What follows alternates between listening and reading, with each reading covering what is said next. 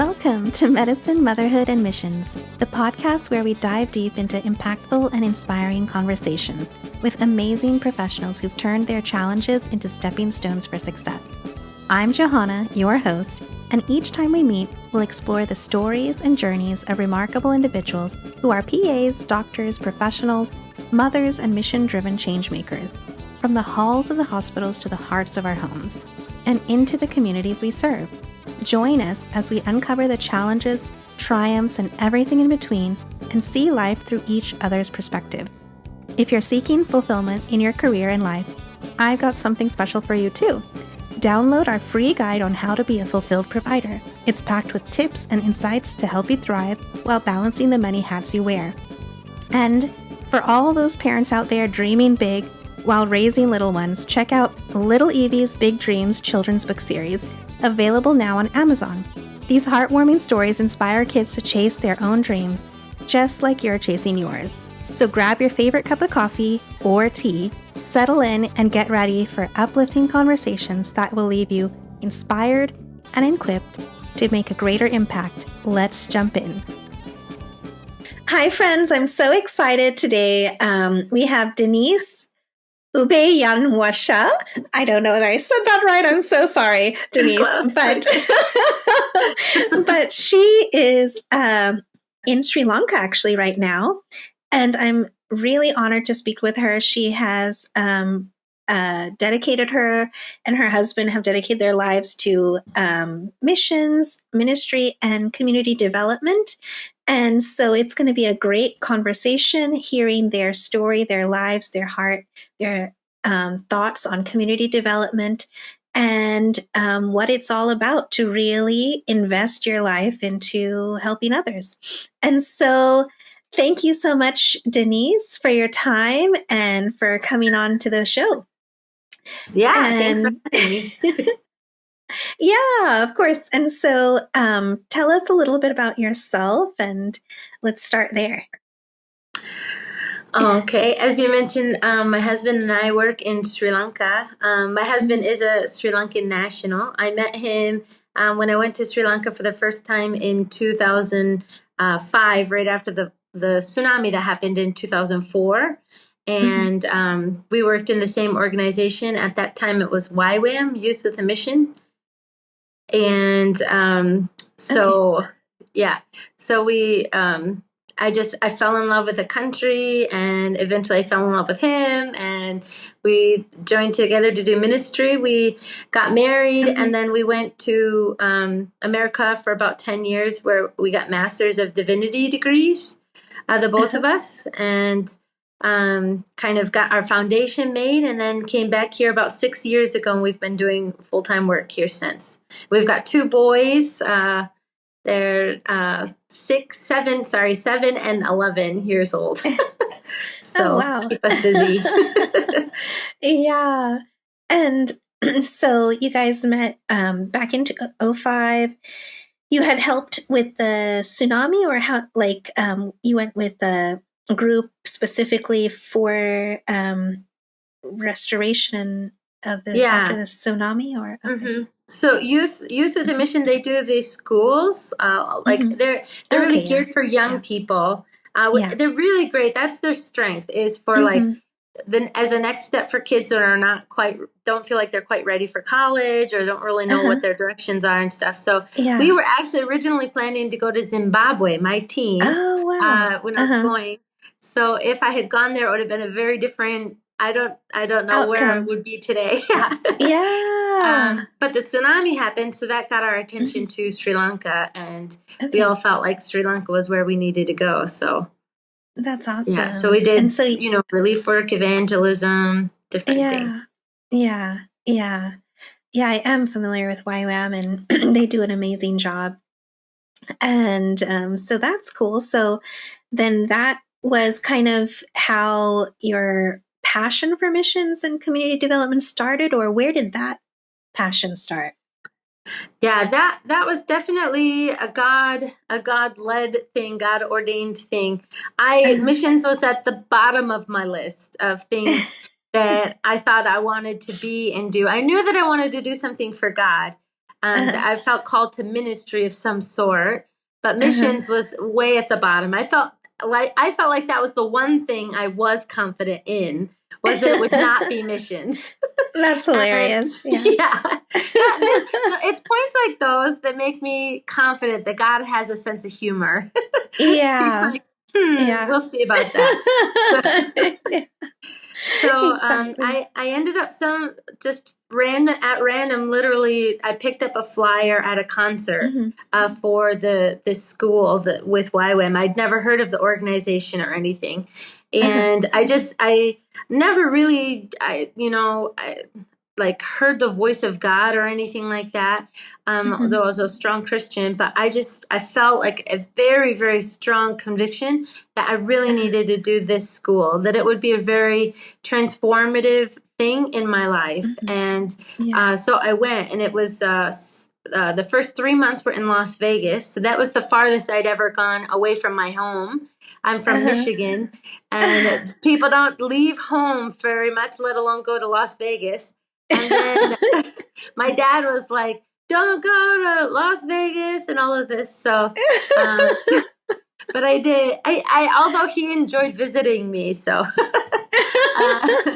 and then I went to Sri Lanka, and if I had just gone to Las Vegas, then I probably would have gone home and carried on with my life. But when I went to Sri Lanka, the very first morning that I woke up in Sri Lanka, I just, I looked up at the sky. I woke up discombobulated and just tried to soak in, like, I'm on the other side of the world, the planet, the globe. I'm on the other side. And so I just tried to look up at the sky and soak that in. And then it was almost an audible voice. And I don't come from a very charismatic background or anything, but it was an almost audible voice from God that just hit me right in the gut and said, your entire life, all of this stuff has been set up for this moment, for this place. This is home. This is where you are to belong. And it was from there on, I was a changed person. And then I knew that this is where God wanted me to be. And this is God's people. And then all of a sudden, also, the people just transformed to me. I saw, through God's eyes, I saw these people, walking and just knowing that they don't know who God is. And many of them have never met a Christian in their lives. And it was just a heartbreaking thing. And so it was God definitely reeled me into where I am today. Yeah. There are moments in our life where we just know this is our purpose, this is our calling, and we feel it, and we just really know that deep down, right? We have that confidence in that, just that aha moment. This is where we're supposed to be. And so that is really amazing. And then how did Che get into it? And what is Che? Yeah, so that's not always a very easy question to answer. The short answer is it's an acronym for Community Health Evangelism, or sometimes it could be said as Community Health Education. You could say it that way as well. It's a strategy. It's not a denomination. It's not an organization exactly, although it has a network, like a website and a committee, I think.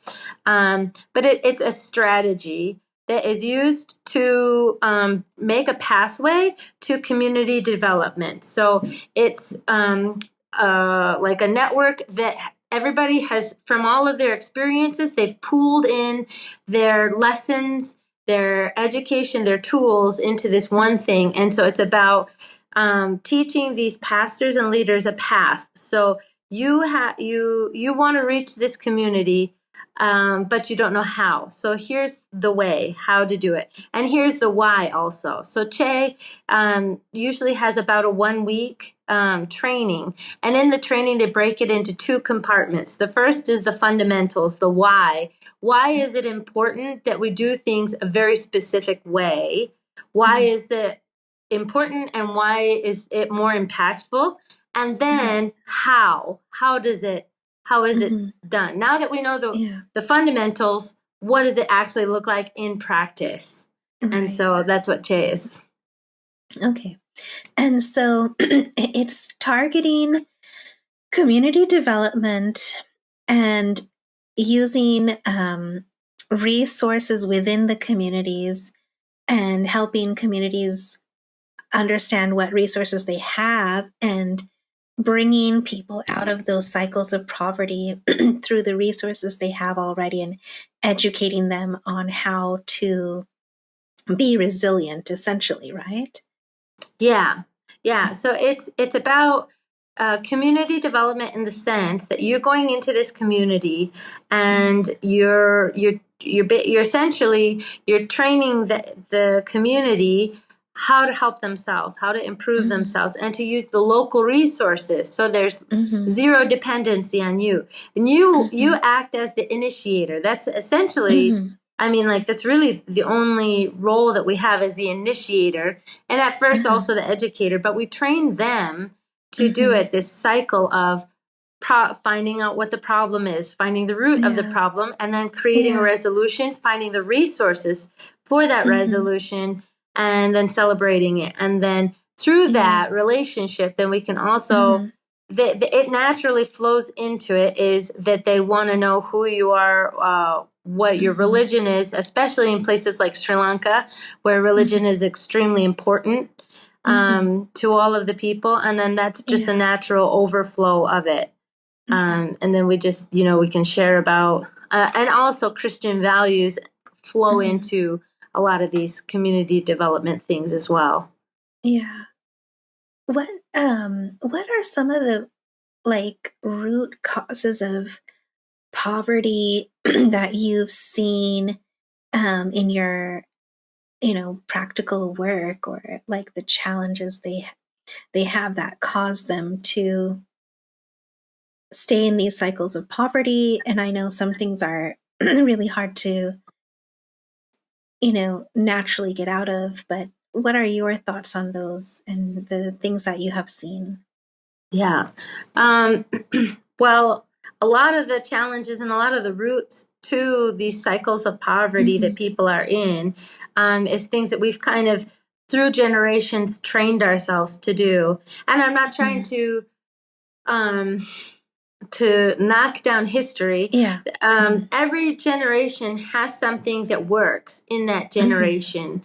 But we can't assume that what was being done during British colonization time is going to work today or be relevant today.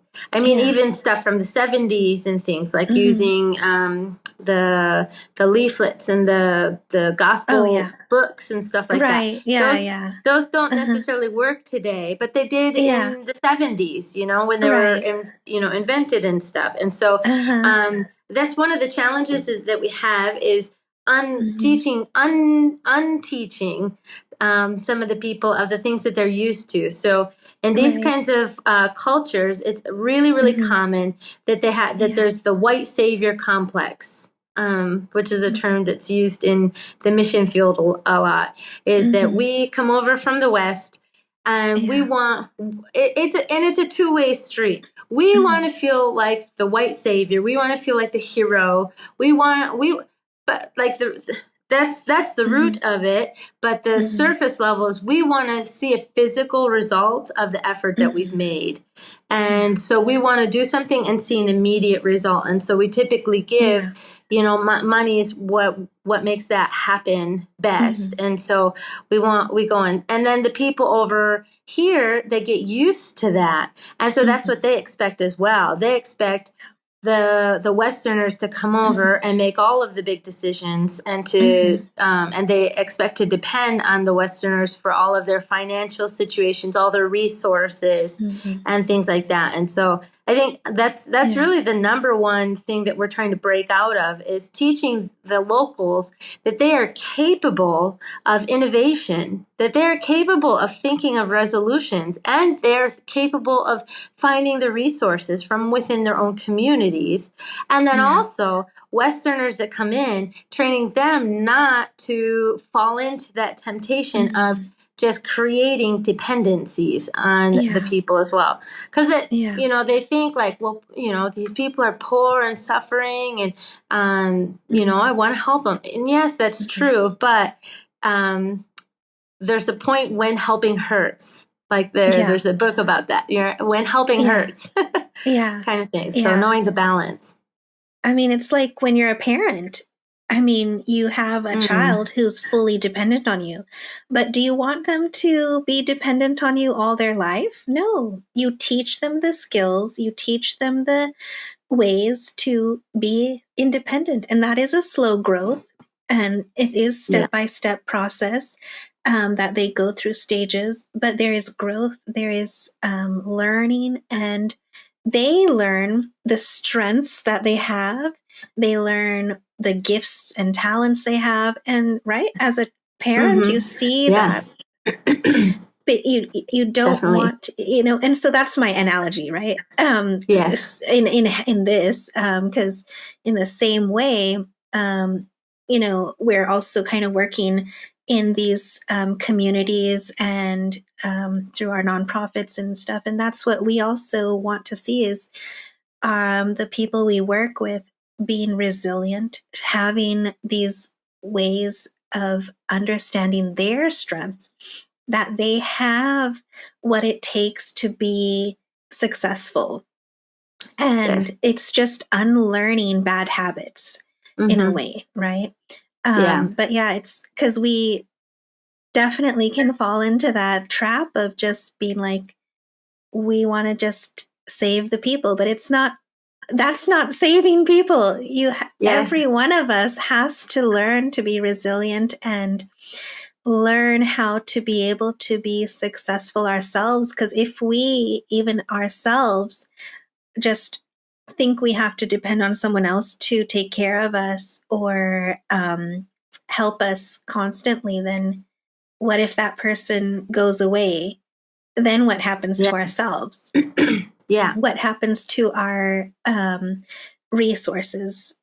Our resources are completely just dependent on somebody else. But if we have the ability to create those resources and, talents to actually incorporate ways to use those resources ourselves, then we'll be more successful, right?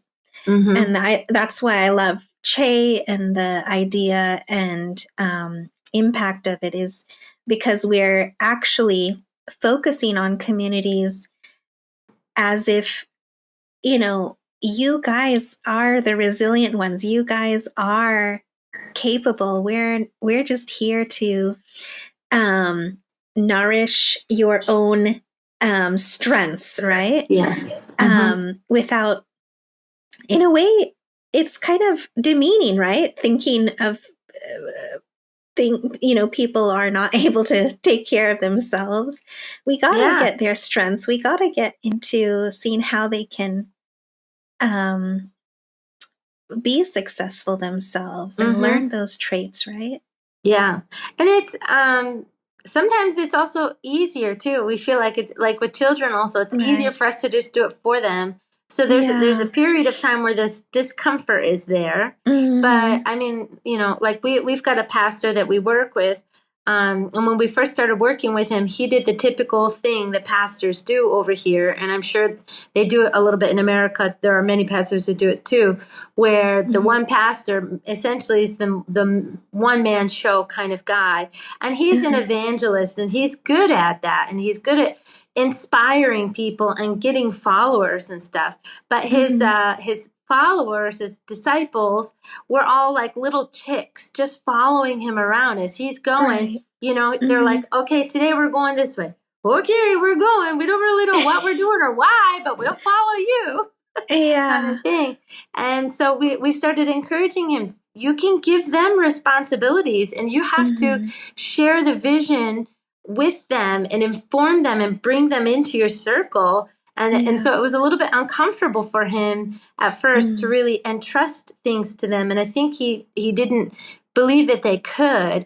And then the minute he started giving responsibilities, just like you said, just like kids, once you give them responsibilities, they take, so much in like seriousness and excitement out of that. And so these, Yeah. people, he was just amazed with how much Mm-hmm. ownership they took out of the Yeah. responsibilities he gave. And Yeah. so, That's the key word, ownership, right? When mhm, you, I mean, just in general, when you see yourself accomplishing goals and winning those small goals, then you'll go further. You'll push yourself to do the next goal. And you'll mhm, be like, wow, I can do that. I can do this. And then that's what gives us growth. And that's what gives us um, feelings of just like, what is it? Like we're feeling like those accomplishments. And then that pushes us to do more, mhm. right? Yeah. Yeah, exactly. And that ownership, and that's what I think is key, and is seeing how we can allow people to take ownership over their own success, right? Yeah. And that's Yeah. sustainability also. That's long term. Yeah. Yeah, exactly.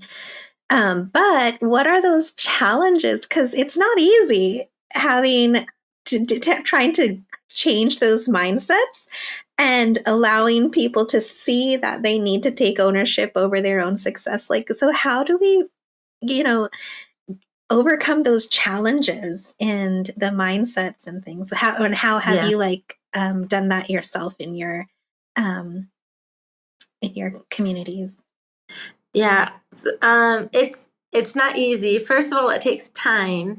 Uh-huh. You have to have a lot of patience because changing habits takes a long time. And when things have been done a certain way, Hmm. there's not only does it take time for them to understand what it is, but also there's Hmm. resistance. People don't like to find change, Yeah. So um, but also like education, teaching them the why. Again, like the CHE training, I Hmm. really love the why part of it. I know Uh-huh. that people get really anxious for the like, okay, but what do we do? But I get really Yeah. excited about like, but you need to know the why we're doing it, Right. right? Yeah. When the locals own it, then they, like you said, Hmm. they get so much more excited and they're more involved and more passionate Hmm. about it. And it's also long Yeah. term and Hmm. they're more involved and it's less work for you. There's so Hmm. many benefits to it. So giving them proper education is a way to Hmm. get them out of breaking out of these cycles and things like that, and having Yeah. determination also to Hmm. build up determination. So if they know the Hmm. why, that's a little bit Hmm. more. There's a little bit more likelihood that they'll have the determination Yeah. and to Yeah. face the resistance Hmm. and the difficulty that it is to break a habit, and also Yeah. bravery. I mean, sometimes, Mm. like, especially if it's a cycle of poverty that's been going on, a generational Yeah. cycle of poverty, to Hmm. step out of that, Yeah. to do something, if you're in a family of, Hmm. um, my husband was in a family of nominal Christians Hmm. for a long, long time. And he stepped Hmm. out to do ministry and he faced quite a lot of backlash from that from his family. What are you trying to do? Become a priest? And things like that. Yeah. So it takes, you're going to Yeah. get like all those, persecutions Yeah. from people in different ways Hmm. or judgments Yeah. and things like that. So it's bravery to really step out and say, I don't care what people might Mm. think of me at first. I'm gonna, do this. And having a good support system, making sure that Mm. within the community they have a community that's going to support them. We tried to do a Yeah. church plant once in a community. We had a house that was Uh-huh. opening their house up to us to have our meetings in, Hmm. Uh-huh. but there was no support, no community support. And so Right. any people who started wanting to come to join the group, Hmm. the minute that they had any, pressure from outside, Hmm. sometimes different churches or the temples or things like that would come and give them pressure. They had no Hmm. support system in Uh-huh. place. And so they're like, I can't do this by myself. I can't Right. handle this pressure by myself. Yeah. Hmm. So, Yeah. That is very important. because when you're, even with EFI, we see that, if we don't have that community of leaders to support each other, like there can be a breakdown in the sustainability of the program, or even just, getting others to help or support or accountability. Yeah, for sure. You always need that extra support and community around you. But going back to, breaking those cycles of poverty, I love how you also said bravery to leave the situations that have held you back, right? And that's difficult sometimes. And of course, as you said, it takes those community members of support. And I mean, so when you say even the community, like just even people, in around them who were not able to support, or like how do you find those community systems of support when you're starting these programs, So that's the key. One of the key differences with Che, using the Che strategy versus simply reaching out to a community, is that usually what you do is you start off finding a person of peace, and you do that with most ministries, is you find like some open person, right?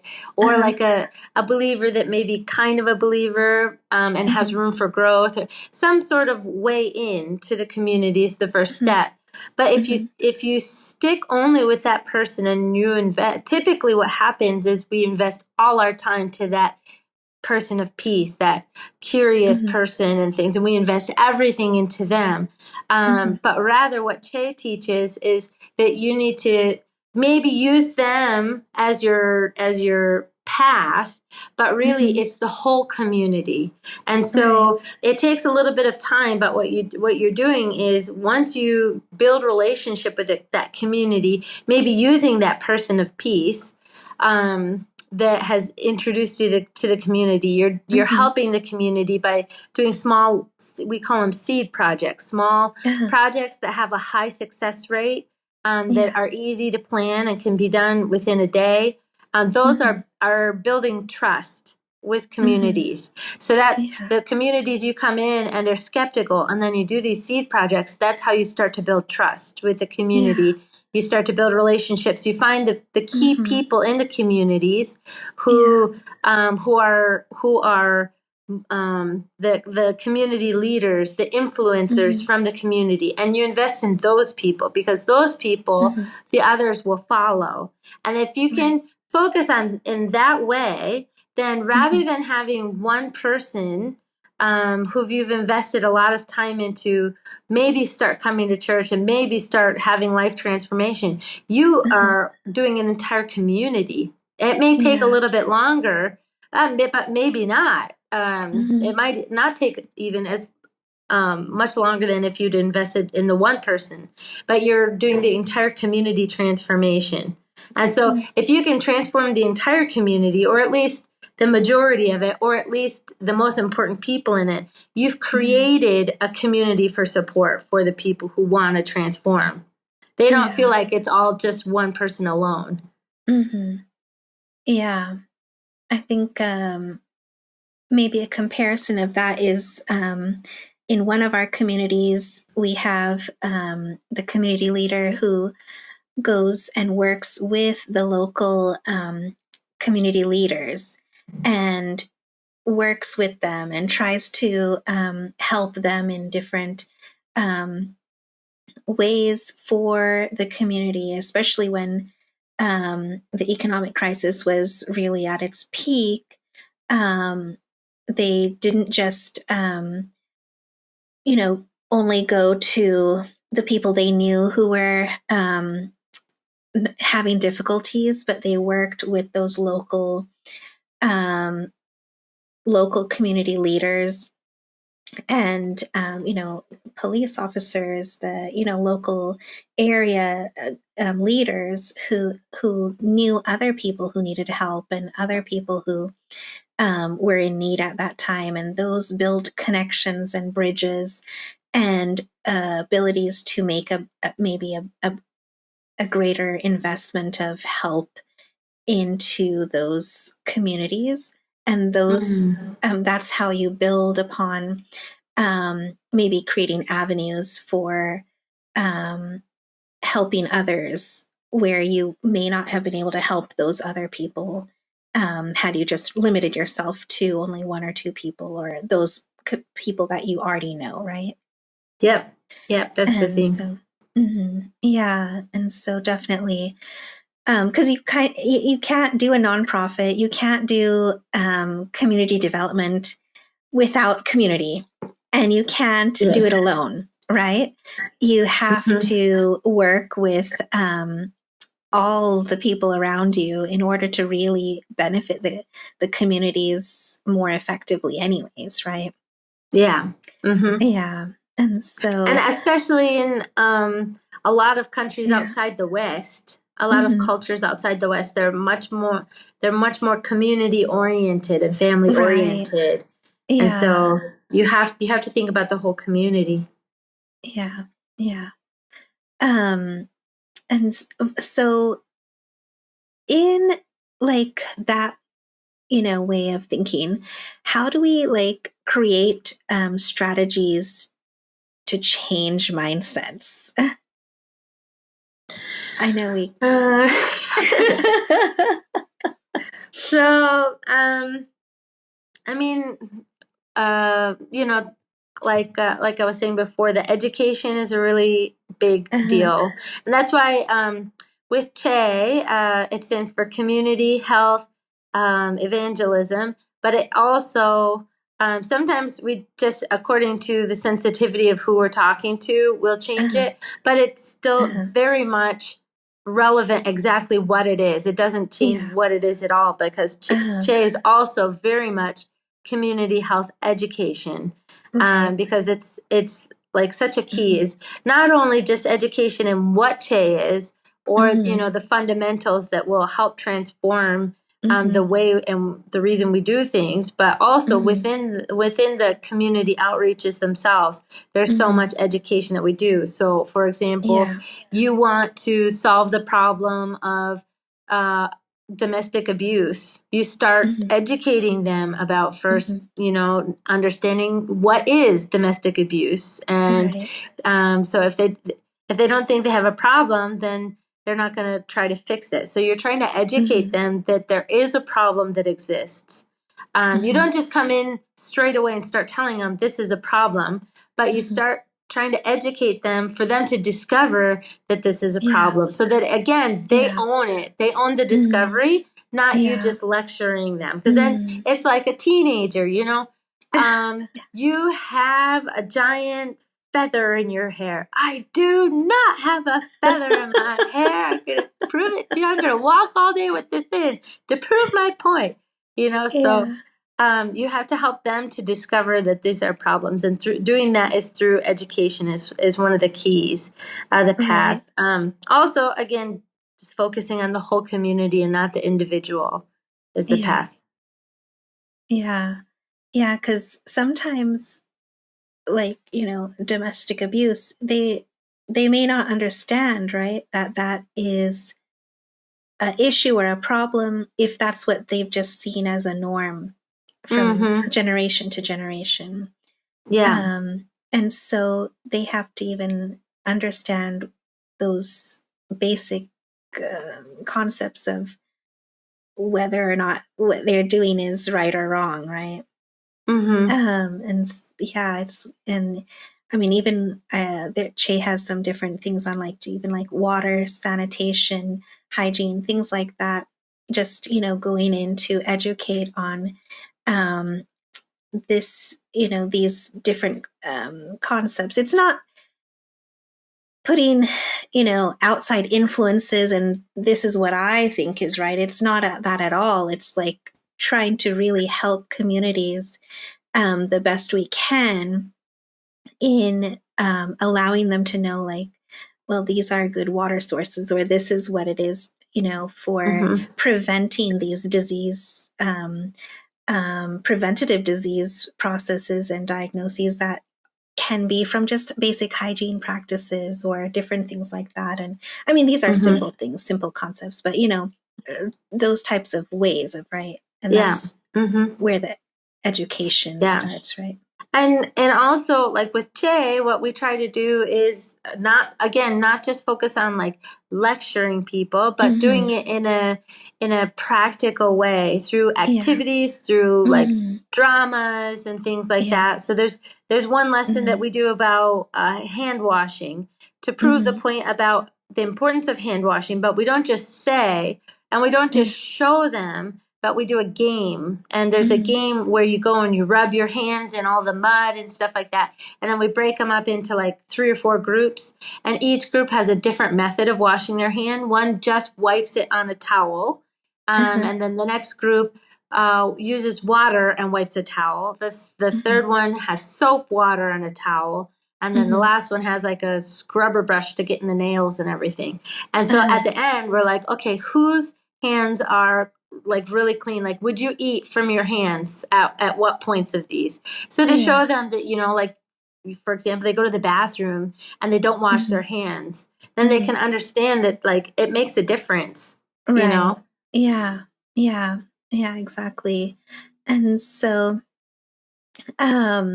it's, education and seeing how we can like just help them, help communities find those resources themselves, right?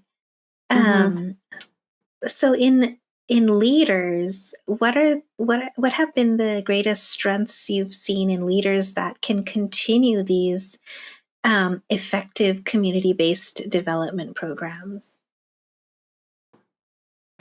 Can you what did so like that? what are some of the greatest strengths you've seen that leaders have that are able to continue these programs more effectively? So we've learned from experience over the time, and what we're looking for specifically with leaders when we are working with this, because we've invested a lot of time in leaders that ended up not being really interested in like genuine change and stuff. So what we do first is we look for leaders who are influencers, who are genuinely influencers. So we have a couple of terms in Che that we use for those people. They are like the legitimizers is one of the words that we use for them. My degree is in counseling, and so I'll give you a little counseling tidbit here. So if you're ever curious, like for example, a circle of people, a small group or something like that, or a group that you're having a chat with, if you're wondering who is the influencer, who is like the leader of the group, the unconscious leader, you look at who everybody's giving eye contact to.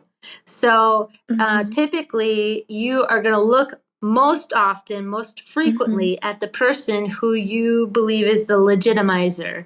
And so I usually give this advice for our leaders when they're looking for new leaders is you want to look for the legitimizers. And the legitimizers are the people that if they're doing something, everybody else is going to want to get involved. So like even like a group of friends, think about a group of friends. They're like, okay, we're going to go out and get some coffee on Friday morning. And then one of the first questions usually you ask is, well, who's all going? You want to know who's going to this coffee, outing, right? And so you're listening for key people. And when you hear who's coming, then if the right people are coming, that will make you much more more likely to come. And it's because you heard of the legitimizers of your group. Okay, they're coming. Oh, Denise is going to be there. I know it's going to be a fun time. So you want to be on the lookout for those kinds of people that other people have a natural tendency to want to follow. Those are the people that you want to invest a lot of your time in because they will attract others to other leaders as well. And so you're not just thinking about the leaders, but you're thinking about leaders of leaders. And so Mm. that's actually another sign. That's also another sign is that when you're looking for a leader, you find people who are leading other people, who Mm. have Right. disciples, and Yeah. who care about raising up new leaders as well. Some people only Mm-hmm. want to stay in the leadership and the power, and they never Mm-hmm. want to give any of their power away. And so that's Mm. a really important thing to us is that Yeah. if we want to do community development, if we want to Yeah. see communities change, it Yeah. can't be one like this top tier down kind of Right. model. You have to have a community effort. And so the leader has to be a servant leader who is Yeah. willing to give out power and not Mm. hold it all in their hands. So that's Yeah. a huge thing that we look for when we Yeah. look for leaders Mm. is about that. Because the Yeah. whole point is having people take ownership to create their own success, right? And if someone is not Hmm. willing to allow other people to succeed on their own, then how can they create a community of success, right? Yeah, exactly. And so you have to find those like-minded people Yeah. and really invest in that. So when we first came to Sri Lanka, we had, a handful of people that we had worked with for a long time, and they were Uh, leaders, but they mm-hmm. weren't necessarily like-minded leaders. And so we Mm-hmm. invested probably 2 years of our Yeah. first 2 years here really Mm-hmm. just pouring into those people. And we Mm-hmm. were seeing very little results. And we were just getting to the point of discouragement. And actually, Right. God had to, knock us out with that, with COVID and things like that. And Yeah. it just kind of helped us reevaluate what we were doing. And also, God kind of brought in these new people, and we started Yeah. giving other people opportunities that we wouldn't have expected. And so I guess that would be the Right. other encouragement too when we're looking for leaders that we want to work Mm-hmm. with is it's not always the people we expect it to Right. be either. Mm-hmm. But usually, God will bring the people to us at the right Mm-hmm. time. Yeah. And we just have to be able to recognize when those people come up. Yeah. Yeah. That's so true. Because sometimes we focus on um, the most shiniest objects, but sometimes it's the people that aren't right in the spotlight, but they're the ones doing all the work and actually making those actual changes that we want to see in those Hmm. communities, right? Yeah. Yeah. And And it's so, also not necessarily closing the door yeah. forever. Like, if that Right. shiny Yeah. thing, you Yeah. realize like this is not going to work. These people aren't like-minded with what I'm Hmm. wanting to accomplish. Hmm. Then you let them go. But, Yeah. God changes Yeah. people, things change. Yeah. And so Hmm. after a period of time, a season, you can revisit and like, Yeah. are they still shiny or have they have they lost some of their shine in a good way? Yeah. Yeah. Ooh, there's always chances for change, and that's Hmm. the whole point, is seeing growth in all people, in so that there can be effective change, right? Hmm. Yeah. And what are some other valuable lessons you've kind of learned in your journey? Um, Let me think about that. The lessons in my journey. Yeah.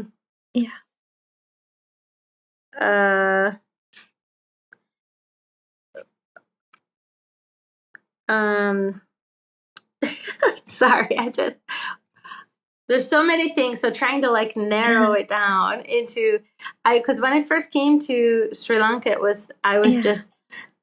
just following God, and I had no idea about it. But now that it's been almost 20 years since I've Yeah. been on this journey with Sri Lanka in ministry, but Yeah. I Yeah. think it's just always being open for Uh-huh. change. and open for what the next thing is. Like, I always think that it's going to be a one way, and I always have to be ready for it to completely change. And when God is moving in a way, always to never be content in that. So we've had a lot of really exciting things happen recently, but we can't just be staying in this moment. We have to be thinking about the next moment. Like, okay, this is going really great, but how about the next step? We need as leaders to be thinking about that next step while everybody's enjoying this step, because once this momentum slows down, that we'll already have lost momentum. It might even be too late for that next step. And so just always being ready for what turns could happen and what excitement happens, and always also staying humble and realizing that it's nothing within my effort to do it. It's just following, his lead.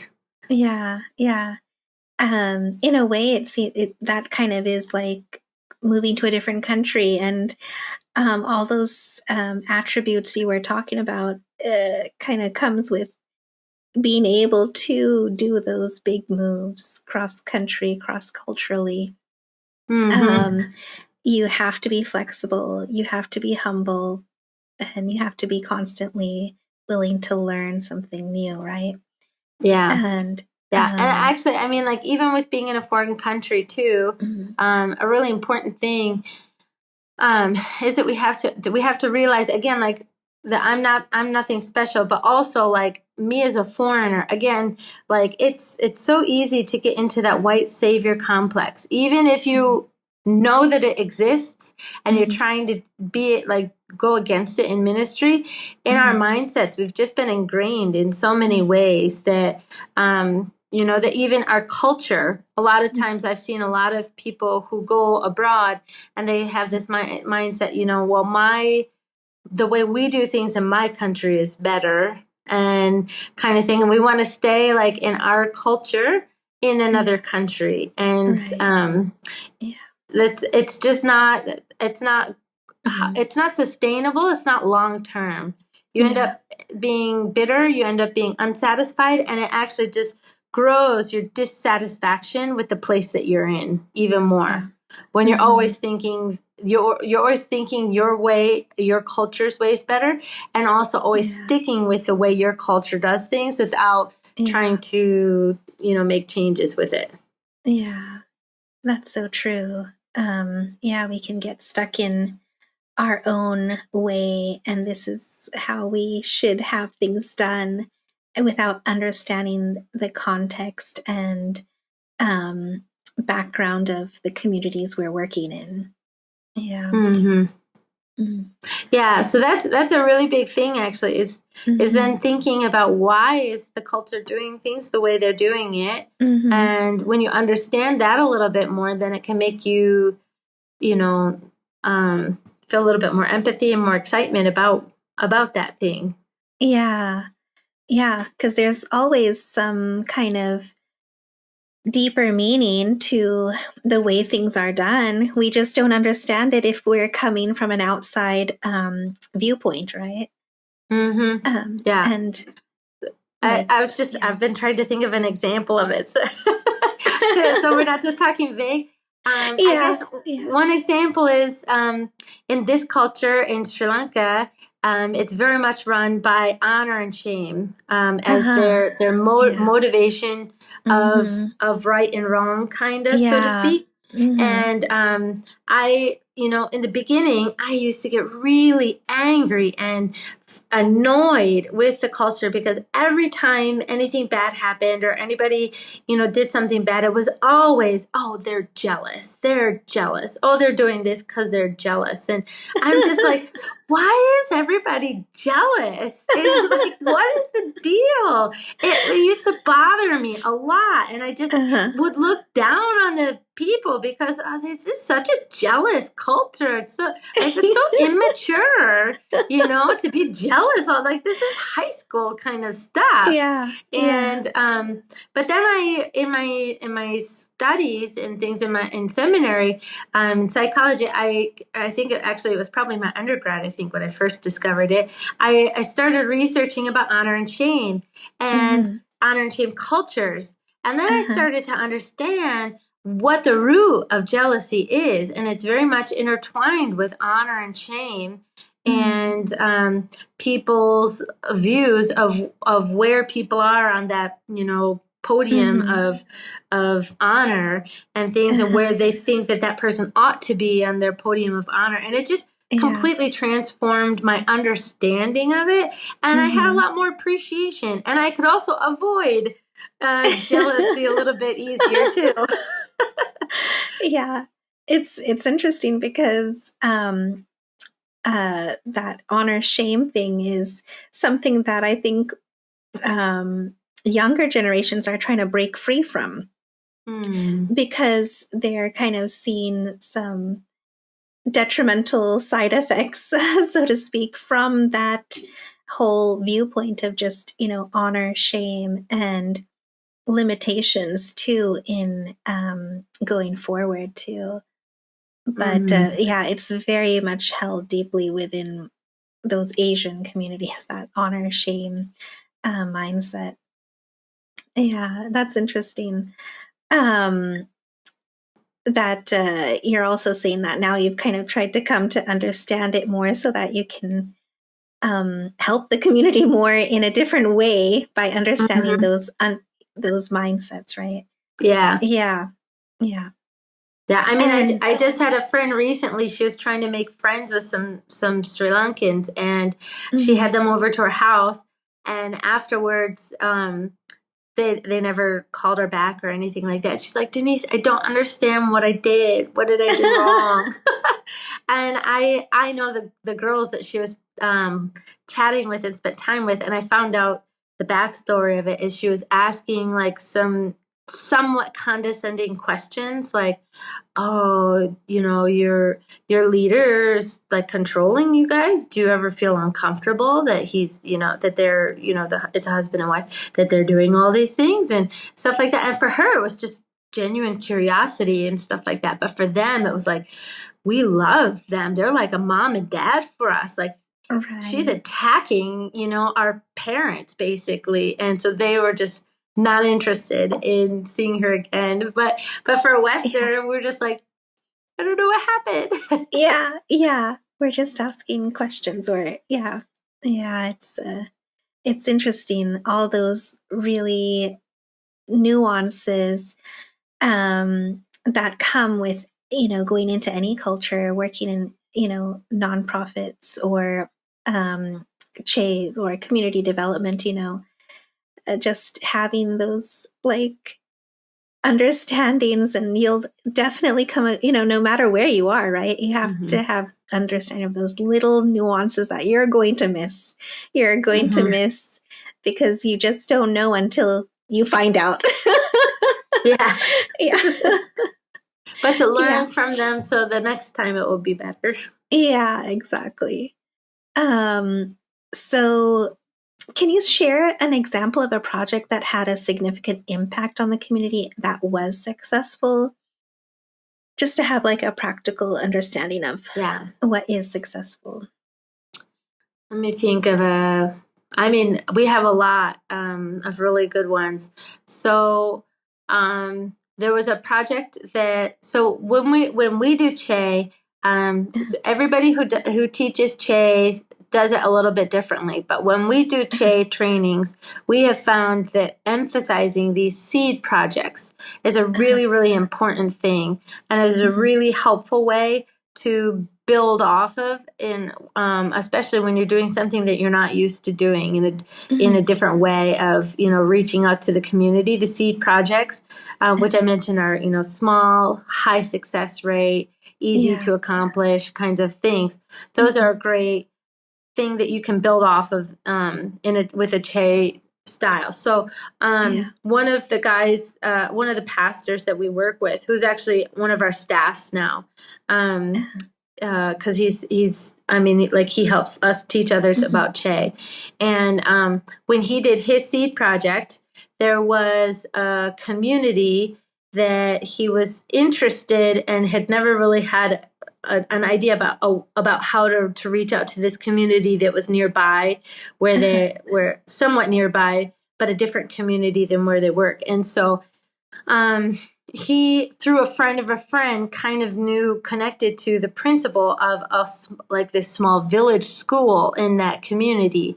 And so for his seed project, it's a very poor school and everything. One big building for all of the classes. And I'm talking maybe the size of some people's barns. They have like barns where they store hay and stuff, maybe that size for all of the classes, and they put small partitions in between each class. And so he just started chatting with the principal of the school so that he could do like a 1-day cleanup of the school. They wanted to paint, fix up the floor. It was all cracked and stuff, put a new layer of cement and all of this kind of stuff.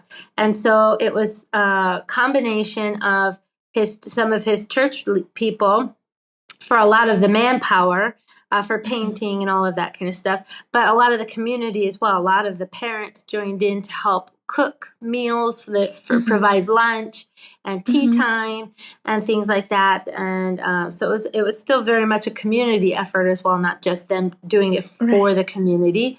And also through that, he was able to build a lot more relationship and trust with the principal. He had a lot of conversations about who he was, what he was, there to do and stuff like that. And it was just such an impactful time that the community and the school, which is a huge influencer, like the principal is a legitimizer of the community, just made such an impact and so built so much trust that he was able to come back several times. They led a Christmas program where the kids were able to learn and sing some songs and do some dances and stuff like that. And they shared an encouraging message.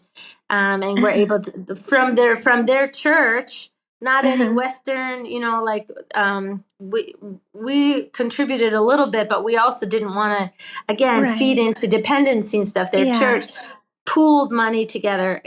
This pastor's own wife took her entire month's salary to contribute to this program. They built, they got backpacks for all of the children because they saw that the children were coming to school, like carrying all their bags in their hands and stuff like that. And so the church was able to raise all the money to buy backpacks for all the kids. And they started a kids club there. This is a very poor community. And now they've actually just recently they bought the land that they're going to build a community center and start doing some trainings about how people can do some income generations, because a lot of the parents are tea pickers and stuff, so how they can garden and stuff. So so that was just from cleaning up a school. Then they've got this whole thing about community transformation now. The parents are going to, have different ways of income. They're going to break cycles of poverty so that the children don't have to grow up to become tea pickers themselves. And everything. So that's amazing. Yeah. And so leave us with maybe like, how would you encourage those working in these community-based development programs and those who have these similar passions in community development? I would just say to just don't assume that that you have all the answers. I guess is that like to really also make sure that you're not feeding into these cycles of doing things the way they've always been done, and that you have all the answers and everything, but you want to continue to always be listening to the community. What is their needs? How can I do this with as little of my footprint as possible? How can I teach them without teaching them? How can I help them to discover instead of me teaching?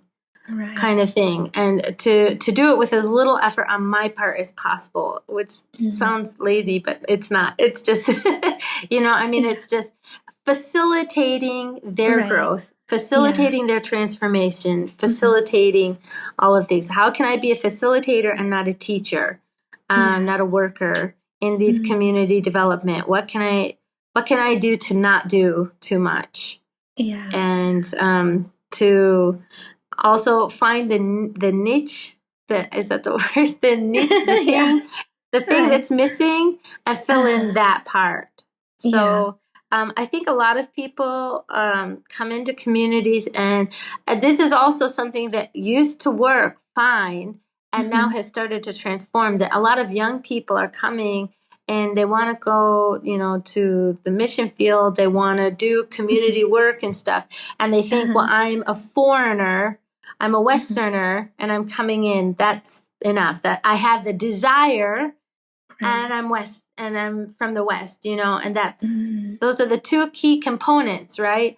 But it's not really that way anymore, especially if you genuinely believe that the community has capacity for innovation and has abilities and things like that. Then you just coming in from the West is not enough anymore. So what can you bring to the table that they don't already have, or that they can't learn fairly easily somehow, kind of thing, to fill in those gaps and fill it in that way.